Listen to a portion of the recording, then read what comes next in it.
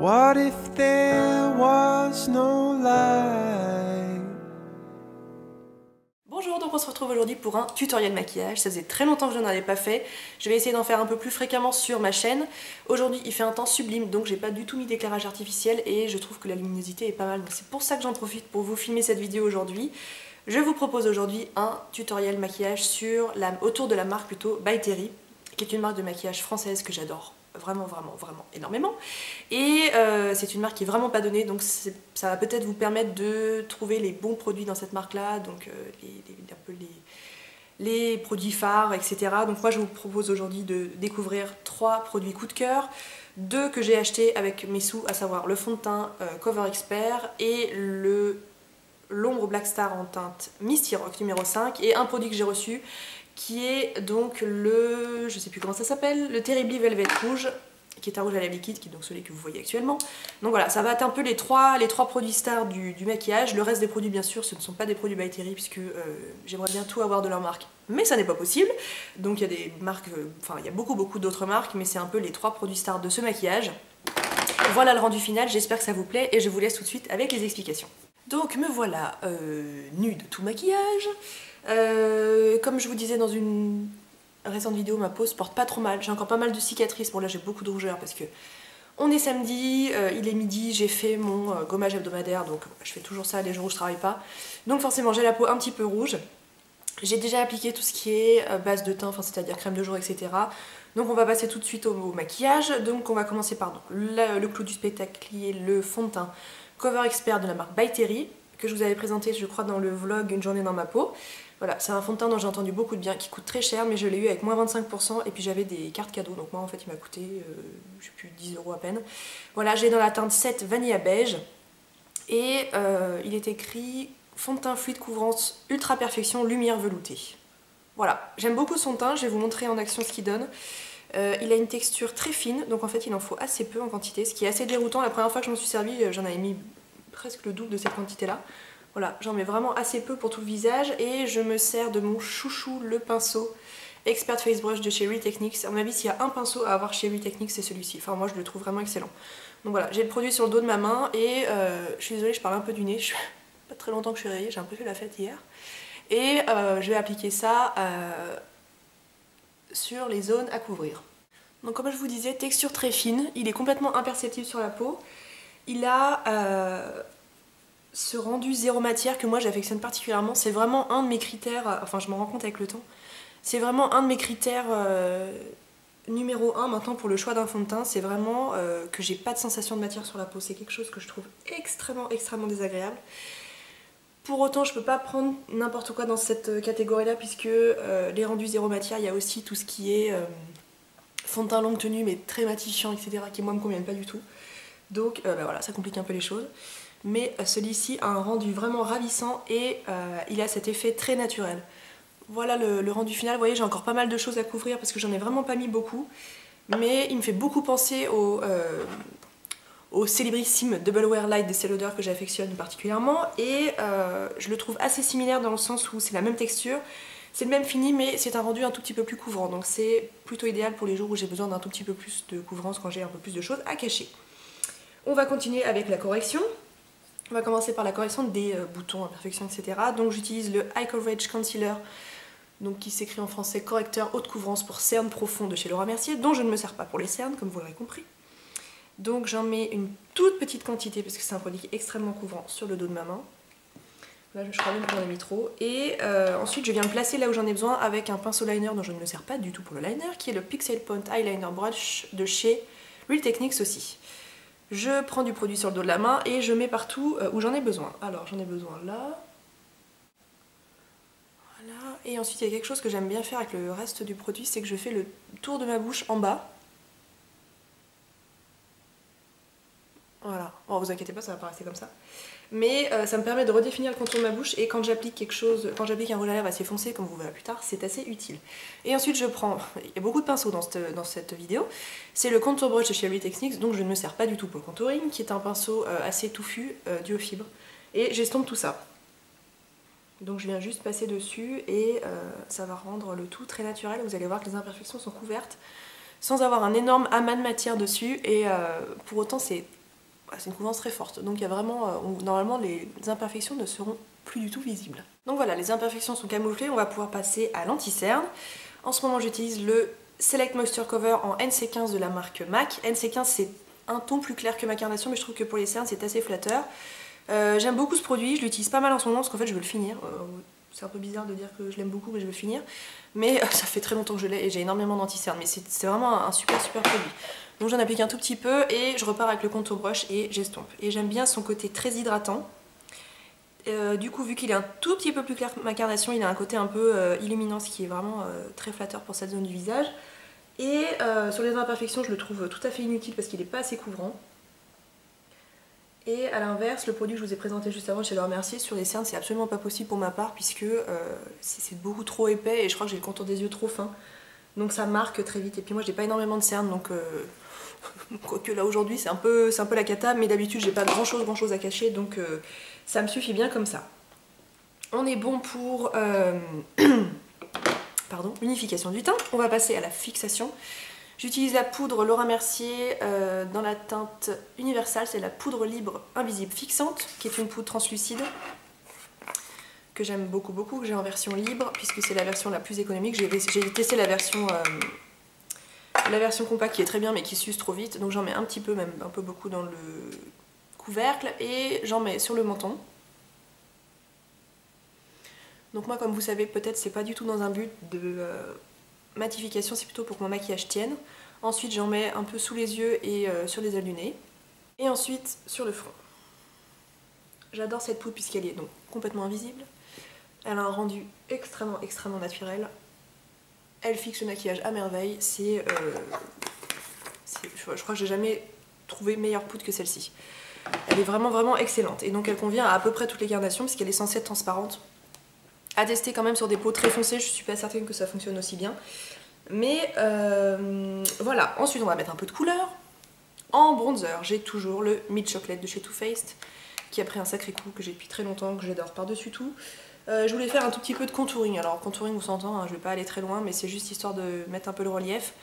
J'utilise le pinceau 945 de chez Bdellium Tools, qui est une copie du 109, je crois bien, de chez MAC. Donc je prends un tout petit peu de matière, j'estompe sur le dos de la main, j'en mets un tout petit peu dans le creux de mes joues. Voilà, c'est vraiment un bronzer qui est parfait pour le contouring puisque pas trop orangé. Par contre ce pinceau perd ses poils, je crois que je vous l'avais déjà dit mais c'est une vraie catastrophe. Donc voilà, j'en mets très légèrement à l'arrière des joues, un peu sur les tempes. Voilà, ensuite un tout petit peu sur le nez pour réchauffer. Donc ça c'est bon, et ensuite avec un plus gros pinceau, je vous ai dit qu'il y avait beaucoup de pinceaux, hein. Le pinceau Multitask Brush de chez Real Techniques, qui est un pinceau, donc comme son nom l'indique, à tout faire, qui peut vous servir pour le blush, pour le bronzer, pour la poudre. Je prends toujours le même produit et j'en mets dans le cou, parce que j'ai le cou toujours très blanc. Et c'est un problème même l'été, je crois que j'ai pas de mélanine dans le cou. Je ne bronze jamais du cou, donc histoire de rattraper le tout pour pas qu'on ait l'impression que j'ai la tête bronzée et pas le reste du corps, et ben au moins ça me fait un peu le raccord. Voilà, donc on va pouvoir passer au blush. Alors j'ai un blush de chez By Terry qui est le Cellular Rose Blush Glacé en teinte de Flower Sorbet, qui est un produit que j'adore, que je vous ai déjà présenté je crois bien dans une vidéo. C'est un blush très liquide avec une très jolie couleur orangée. Le truc c'est que ça ne va pas du tout aller avec le rouge à lèvres que je vais porter. Donc j'essaierai de vous retrouver la vidéo dans laquelle on voit ce blush et je vous la mettrai sous cette vidéo pour que vous puissiez vous rendre compte de son rendu. Mais c'est un très joli blush avec un rendu extrêmement naturel. Du coup là, pour être raccord avec le rouge à lèvres qui sera vraiment fuchsia, je vais opter pour le blush de chez Bobbi Brown dans la teinte Apricot numéro 6. C'est ma meilleure amie Morgane qui me l'a offert, c'est un blush que j'adore et pourtant le rose sur les joues pour moi c'est pas gagné, c'est pas quelque chose que j'apprécie, mais alors celui-ci c'est juste le bon rose avec une toute petite pointe de rouge dedans et il est vraiment sublime. Alors attention, côté pigmentation c'est très costaud. Pour l'appliquer j'utilise le pinceau blush, et ben on voit plus comment il s'appelle, de chez Laura Mercier, que j'ai depuis des années, que j'adore. Donc j'en prends un tout petit peu et je mets un petit peu sur les pommettes mais un peu sur l'arrière des joues parce que j'ai le visage très rond. Et ce blush est absolument somptueux et donc il sera vraiment raccordé avec le rouge à lèvres qu'on va utiliser par la suite. En parlant de rouge à lèvres, je suis en train de penser, je vais un peu anticiper, je vais mettre un peu de produit dessus sur mes lèvres pour les hydrater. Là c'est la crème pour les lèvres à la graine d'églantier, je vais y arriver, de chez Aesop, c'est un produit que j'adore. Comme son nom l'indique, c'est vraiment une crème, donc ça pénètre instantanément dans les lèvres. Et si vous êtes quelqu'un qui porte beaucoup de rouge à lèvres et que vous voulez hydrater vos lèvres juste avant avec un produit qui est non gras, c'est vraiment quelque chose d'excellent. Donc voilà, je l'applique tout de suite. Et ça aura juste le temps de pénétrer, le temps que je m'occupe des yeux. Ensuite, je vais enlever ce qu'il pourrait éventuellement y avoir dans mes sourcils. Du fond de teint, de la poudre, des choses qu'on n'a pas envie d'y voir. Et étant donné qu'il y aura un peu l'accent sur la bouche, j'aime bien quand même redéfinir un tout petit peu mes sourcils avec le Revlon Color Stay sublimateur de sourcils en teinte blond, voilà, qui a une cire teintée d'un côté, que j'utilise très légèrement pour redonner un tout petit peu de forme et de couleur. Voilà, je sais pas si vous voyez la différence, c'est pas flagrant, mais j'aime bien. Ça leur met un tout petit peu plus de caractère. Donc voilà, on va pouvoir passer aux yeux. Je voulais vous parler du... comment ça s'appelle? De l'ombre Black Star. Et non pas ombré Black Star, comme tout le monde dit. Il faut arrêter de faire comme ce que disent les Anglaises. Les Anglaises ne savent pas que ombre se dit ombre en français et non pas ombré. Donc c'est l'ombre Black Star. Ça m'énerve. En teinte 5 Misty Rock. C'est une très très très jolie couleur. Comment je pourrais vous la décrire? C'est un prune avec des reflets très lumineux, avec une pointe de taupe dedans. C'est vraiment une très très jolie couleur. Et donc je vais placer ça, donc c'est vraiment un fard crème extrêmement longue tenue, donc pas du tout besoin de base. Moi je porte toujours une base avant de mettre des fards sur mes yeux, mais alors je vous assure que avec ça c'est pas nécessaire. On peut l'appliquer de plein de façons, on peut s'en servir comme un fard à paupières classique, donc on en met sur toute la paupière, on estompe, etc. Et on peut aussi s'en servir comme d'un fard pour faire des mini smokies. Donc intensifier une couleur juste en ras de cils supérieur et inférieur. C'est ce que je vais faire aujourd'hui, c'est quelque chose qui est très flatteur, très rapide à faire et très joli. Donc voilà, je le prends directement avec le stick, je fais juste un trait, alors pas besoin d'être précis, en ras de cils supérieur. Voilà, et je fais la même chose en ras de cils inférieur. Donc là tout de suite c'est pas très joli parce que c'est pas très harmonieux. Et ensuite je prends un pinceau de chez Sephora que j'adore, que je vous conseille 1000 fois, il coûte 3 fois rien. C'est l'estompeur paupières numéro 14, c'est un pinceau avec des poils très courts, très denses. Et pour les smokies, je crois qu'il n'y a rien de mieux. Je vais peut-être poser ça avant de m'en foutre partout. Et en fait, je le prends et j'estompe un tout petit peu ce que je viens d'appliquer. Ça donne un rendu un peu plus fumé. Alors, étant donné que ça, c'est pas une couleur très pigmentée, on peut pas vraiment se louper, mais avec une teinte un peu plus foncée. D'ailleurs, j'ai cette ombre, je l'ai dans deux autres teintes. Un brun foncé, un prune très foncé, donc ça c'est un peu plus casse-gueule, j'ai envie de dire. Il serait peut-être un peu plus facile de se louper, mais avec ce pinceau là c'est vraiment facile. Je trouve que j'en ai pas assez au-dessus, donc j'en remets et j'y retourne, j'estompe à nouveau. Et voilà ce que ça donne, une petite couleur très lumineuse. Je vais faire pareil de l'autre côté parce que c'est mieux hein, quand même quand on est symétrique. Ensuite je trouve qu'avec une couleur relativement claire comme celle-ci, c'est sympa de redéfinir vraiment le ras de cils, la ligne des cils. Donc j'utilise le comment ça s'appelle, eyeliner Kajal Intense Duo de chez Estée Lauder. C'est un produit double en bouche, j'ai un côté noir et un côté marron. Je vais mettre le côté marron qui s'appelle donc 02 Blacken Cocoa. Et alors celui-là je vais vraiment le mettre limite dans les cils. Ah oui, alors je tire toujours la paupière. Alors, c'est qui disent faut pas tirer sur la paupière, machin. Alors, moi je sais pas faire autrement. Donc bah voilà.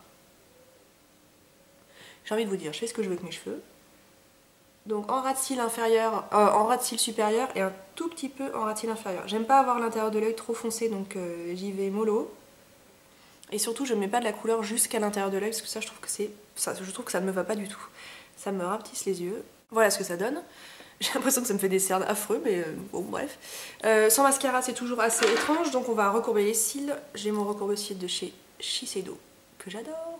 Je vais utiliser ma base chouchou de chez Dior, le Dior Show Maximizer, qui est donc un mascara, une base pour les cils, qui aide à la pousse, qui aide à fortifier les cils. Voilà, je l'utilise tous les matins depuis des années, je ne peux pas m'en passer. Voilà, et ensuite je vais utiliser deux mascaras. Pourquoi deux mascaras? Parce que j'ai envie. Tout d'abord le False Lash télescopique de chez L'Oréal, qui est un mascara qui est vraiment génial, que j'ai donc en version waterproof, que j'avais acheté il y a quelques années, que j'avais beaucoup aimé, et puis là j'étais en rate de mascara et je l'ai racheté parce que je l'aime beaucoup. C'est une brosse vraiment peigne, donc aucun paquet, beaucoup de définition, beaucoup de longueur, et c'est un très beau mascara. Il met un peu de temps à être appliqué, je trouve, comme tous les mascaras avec des brosses un peu peigne comme ça. puisque ça dépose peu de matière, donc il faut repasser souvent, longtemps, donc voilà. C'est pas le mascara pour les filles pressées. Parfois le matin je me demande pourquoi j'ai acheté celui-là parce que je trouve que c'est trop long, mais il a tellement un joli rendu que je lui pardonne. Donc j'ai d'abord posé celui-ci assez légèrement, je veux dire, j'ai pas trop travaillé. Donc voilà ce que ça donne pour les cils du haut. Je l'applique aussi sur les cils du bas puisque excellente formule waterproof et comme je vous disais, brosse, peigne, donc qui n'applique pas trop de produits, et sur les cils du bas je trouve que c'est ce qui est le plus joli, c'est vraiment juste de les redéfinir sans se retrouver avec des sortes de pattes d'araignée qui vous tombent sur les joues. Et ensuite je continue avec le mascara volume déployé waterproof de chez Yves Rocher, que je ne peux pas appliquer seul parce qu'il a une formulation waterproof qui est déplorable, donc j'ai les cils qui retombent, j'ai des coulures sous les yeux, c'est absolument pas joli. En revanche en deuxième mascara il est très bien parce qu'il apporte pour le coup plus de volume que le premier, et voilà, il est un peu plus voyant. Donc par-dessus celui-ci, il est très bien et il est très noir. Donc voilà pour les yeux. C'est assez naturel tout en étant un peu smoky, je trouve que c'est un rendu qui est absolument somptueux. On va finir avec le clou du spectacle, qui est donc les lèvres. C'est une nouveauté de la marque By Terry, ça s'appelle les Terribly Velvet Rouge. Ça se présente comme ça, je vous ai même gardé l'emballage. C'est un produit que j'ai reçu pour test et j'en suis complètement ravie parce que je crois que j'aurais été tout à fait capable d'acheter ce genre de produit. C'est donc un fard à lèvres liquide avec une intensité couleur, matité velours et confort absolu. Je suis tout à fait d'accord avec ce qu'il dit dedans. Le seul truc qui m'a un peu choqué entre guillemets à la réception, c'est que c'est tout petit. Voilà, ça c'est la taille, c'est le format réel, hein. Ça fait donc 2 ml. Bon alors je sais qu'on n'arrive pas très vite au bout de ces produits, mais quand même, voilà. J'aurais bien vu un tube un peu plus costaud en termes de quantité. Et moi je l'ai dans la teinte numéro 7, et est-ce qu'elle a un nom? Oui, Bankable Rose. Et c'est un fuchsia. Voilà, ça me change un peu de tous mes corails que je porte tout le temps, et le fuchsia c'est une couleur que je trouve très très très jolie sur les lèvres. J'ai porté une couleur de ce type il y a quelques jours au travail et tout le monde m'a fait des compliments en disant oh c'est joli, ça fait du bien au teint, c'est vif, c'est ravissant. Et c'est vraiment une couleur je trouve qui va à beaucoup de carnation, à beaucoup de monde, et ça détourne l'attention, ça attire le regard. Donc c'est vraiment très joli. Niveau applicateur, c'est un applicateur un peu en forme de... en forme de quoi? En forme de sablier, à peu près. Ce qui vous permet d'être précis avec l'embout et d'avoir un côté un peu plus plat pour vraiment bien définir le contour des lèvres, l'intérieur des lèvres. Donc voilà, c'est assez inédit et je trouve que c'est plutôt une bonne chose. Alors c'est une formule qui est très crémeuse, très épaisse, donc je vais vous montrer après, il faut quand même un tout petit peu mordre dans un mouchoir pour enlever l'excédent, sinon c'est assez bizarre. Alors c'est parti pour l'application, alors c'est flash hein. C'est une texture très... un aspect un peu siliconé.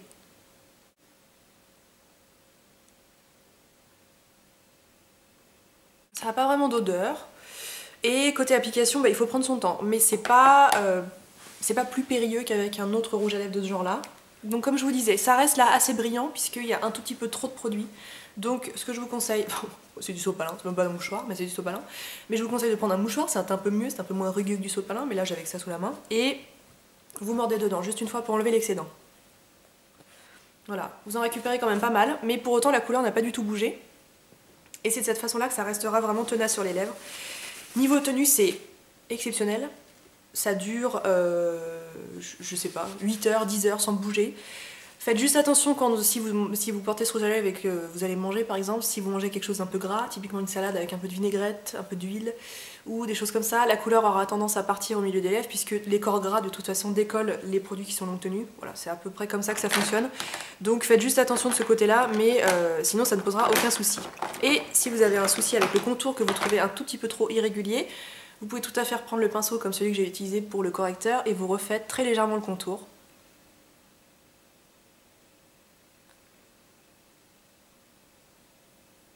Voilà, ça redéfinit juste la lèvre inférieure et c'est très joli. Voilà, question comparative, je les trouve très semblables aux Velveteen de chez Lime Crime, qui était pour moi ce qui se faisait vraiment de mieux en rouge à lèvres longue tenue de ce genre-là, en formule liquide. Les couleurs sont ravissantes, alors c'est vraiment pas un produit qui est donné, je vous mettrai bien sûr toutes les informations sous la vidéo, mais c'est un peu le prix de la qualité aussi. Si vous avez vraiment envie de vous faire plaisir sur un très beau rouge à lèvres avec des couleurs très intenses, que vous n'avez pas peur des rouges à lèvres extrêmement flash comme celui-ci, je vous conseille ce produit les yeux fermés, et moi ça m'a donné très envie d'acheter toutes les couleurs. Mais j'ai déjà beaucoup de produits, donc il va falloir que je me calme, mais voilà à peu près ce que ça m'inspire. Voilà, je suis complètement enchantée de ces rouges à lèvres. Bah voilà, la vidéo est terminée, le maquillage est fini. Je trouvais sympa de mettre une petite marinière parce que je trouve que le fuchsia ou le rouge et les couleurs très vives c'est toujours très joli avec du bleu ou avec des marinières. Bon voilà, je sais pas pourquoi, mais c'est comme ça. Donc j'espère que la vidéo vous a plu. Si vous avez des questions sur des produits qui ont été utilisés, si vous avez des remarques, des suggestions, que sais-je encore, n'hésitez surtout pas à les poser en commentaire. Je me fais toujours un grand plaisir de vous répondre, pas toujours dans les temps, mais je me fais toujours un plaisir de vous répondre. Et je vous embrasse et on se dit à très bientôt.